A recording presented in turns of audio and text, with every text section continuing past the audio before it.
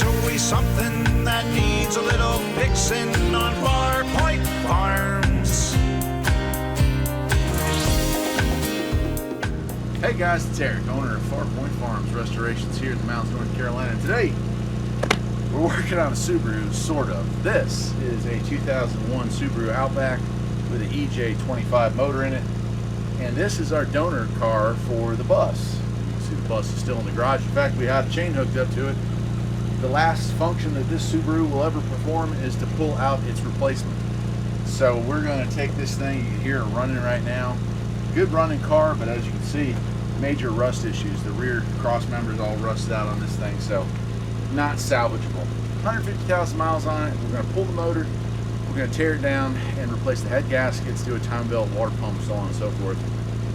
Put it back together again and insert it into the 72 bus project. So for those of you who are interested in how that works, I'm not going to make a video on pulling the engine out of this thing because there's a couple of them that are really high quality, top-notch videos. I'll kind of show you the abbreviated version here in my next video, but that's what's going on. We're going to get the bus out of the garage, we're going to get this thing in, and we're going to get to work. Let's do it.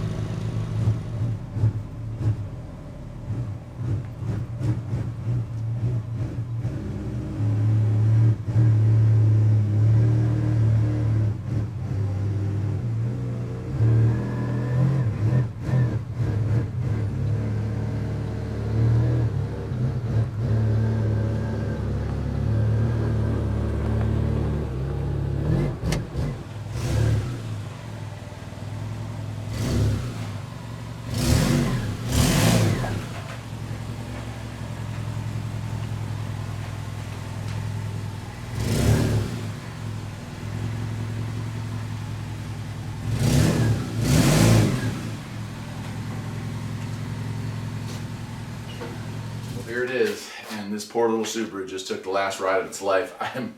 I was shocked just trying to get around the bus and pull it back in. The noises coming out of the rear of this. Both the subframe mounts are completely rusted off and broken, so the rear is just kind of floating around back there. Thankfully, it still had brakes. Now, this car will go on to do other things, right? So I'm going to pull the engine out of it. I'll probably drop the transmission and sell it to somebody who needs it. There's a lot of lenses that have some value. It did have almost brand new tires on it when the subframe broke out of it. And so there's some bits and pieces. We had thought about using the seats out of this in the bus, but they're leather, and I can't stand leather. I do have a set of seats out of a Toyota Matrix that are cloth, gray cloth. They'll fit nicely with the colors we're doing inside the bus, and so we're probably going to use those instead.